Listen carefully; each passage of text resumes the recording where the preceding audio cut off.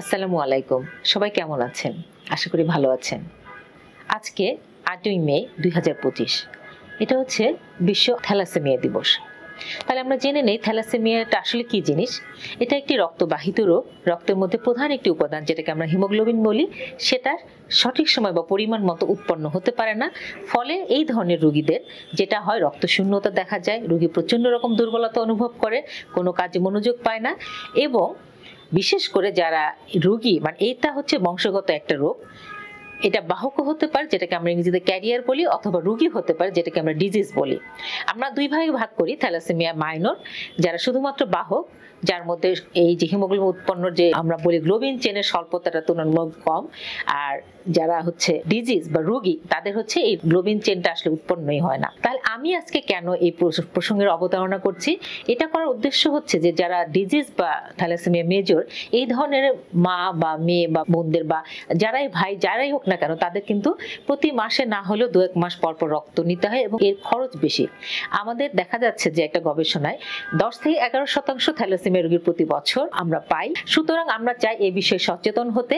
বিশেষ করে যে মারা, আজকাল কিন্তু আমরা অনেক মাকেই পাই যারা রক্ত স্বল্পতায় ভুগে, তা আমরা হঠাৎ পরীক্ষা করতে আসছে, দেখি সে দুর্বল অনুভব করছে এবং হিমোগ্লোবিনটা অনেক কম, 6-7 এরকমও পাই।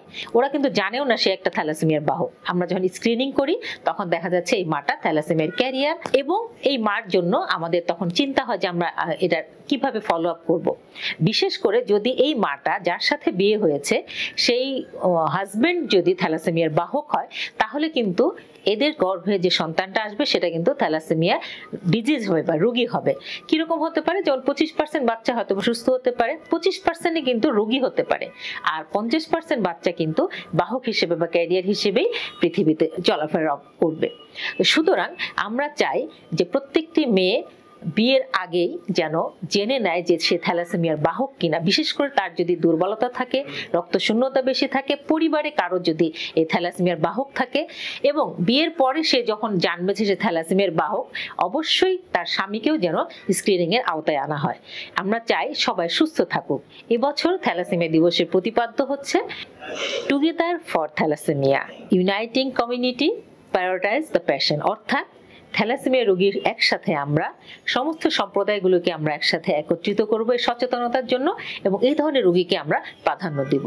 সুতরাং আমরা সবাই সচেতন হই। বিশেষ করে আমি যেহেতু হাই রিস্ক নিয়ে কাজ করি, এরা একটা ঝুঁকিপূর্ণ মা, এরা যেন সচেতন থাকে, প্রতিটা মেয়ে যদি সচেতন থাকে, পরিবার যদি সচেতন থাকে, তাহলে এই রোগ নির্ণয়টা সহজ হবে এবং চিকিৎসার ক্ষেত্রেও এটা প্রাধান্য পাবে। আমরা গর্ভস্থ শিশুকে আমরা যদি পরীক্ষা করি তাহলেও কিন্তু জানতে পারবো যে এই রোগটা বাহক নাকি মেজর।